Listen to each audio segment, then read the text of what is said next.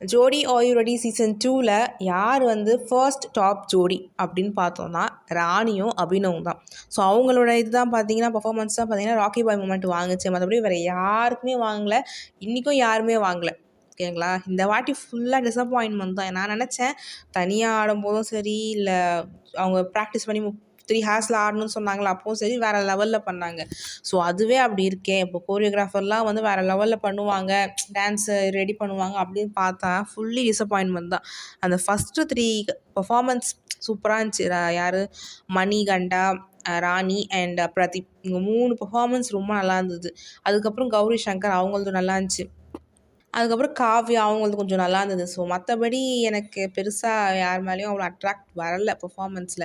So Chandy மாஸ்டரும் இதை தான் சொன்னார், இந்த மாதிரி நாங்கள் ரெட் லைட் கொடுக்கறதா இருந்தால் நாங்கள் நிறைய பெர்ஃபார்மன்ஸ் கொடுத்துருக்கலாம், சரி ஃபஸ்ட்டாக இருக்கவே நாங்கள் வந்து கொடுக்கல, நீங்கள் என்ன அசால்ட்டாக ஆடிட்டிய மாதிரி இருக்குது எனக்கு அப்படின்னாரு.